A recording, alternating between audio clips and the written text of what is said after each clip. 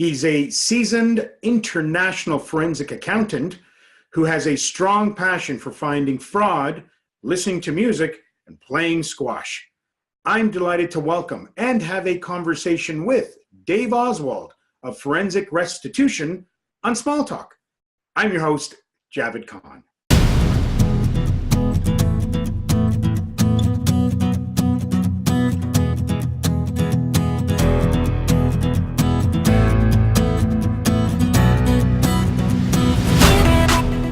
Dave Oswald from Forensic Restitution, welcome to Smalltalk. Thank you, Javed.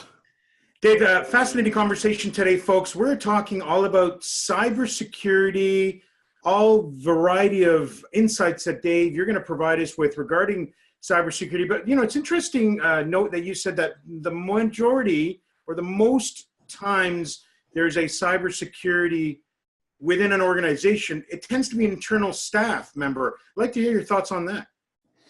Yeah, Javed. It's often when a cyber attack occurs, it's normally preceded by an event.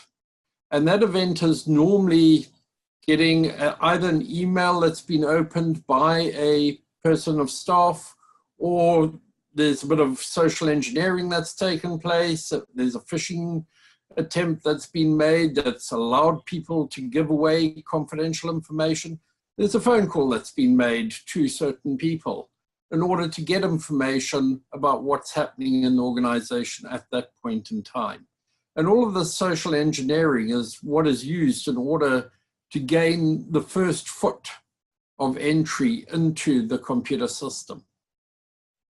So now let me ask you, because recently, and I say recently in the last few years, I've been reading and watching and listening to podcast shows around this not concept, but this phenom, I guess, of what's called ransomware. And there are more and more organizations who are being attacked and having to pay ransom. And we're talking very large organizations who are paying like millions upon millions of dollars. What can we do if you are an individual who's at one of these large organizations, or you know of people? Listen in here with Dave. What can those organizations either have done or can be doing to avoid a ransomware attack in the future?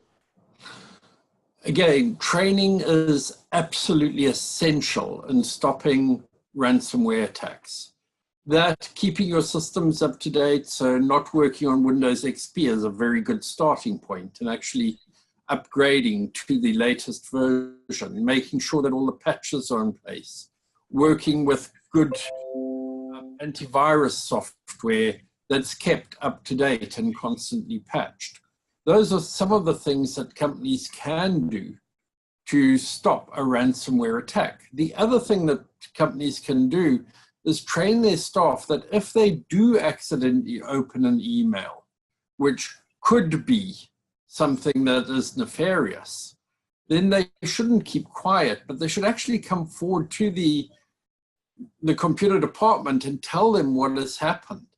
Because often these ransomware attacks don't take place. You don't open an email and immediately within a millisecond of you opening it, the entire company is shut down and everything is encrypted. Normally, from the ransomware attack to the start of the ransomware attack to the actual shutting down of the computer can be anything as long as 6 months.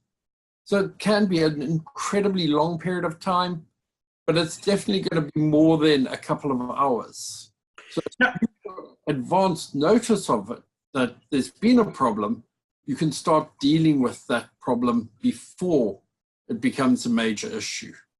Now, Dave, I want to just go back because you mentioned something right off the bat. You mentioned training, and that's an interesting point that I'd like to hear from you is when you say training, what would that training program look like if, again, someone's watching this segment and perhaps is in the HR world or a trainer? What's that training program looking like from your eyes?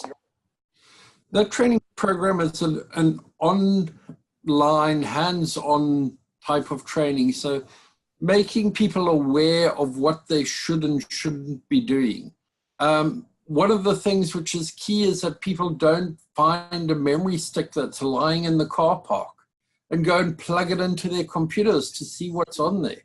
And that's a good way of testing to see what your staff would do.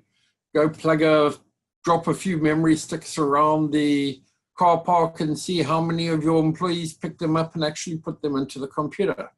We had a really interesting one from a training point of view a couple of years ago, where we set up a Bavarian beer stall, and we had some nice ladies dressed up as Bavarian waitresses serving beer.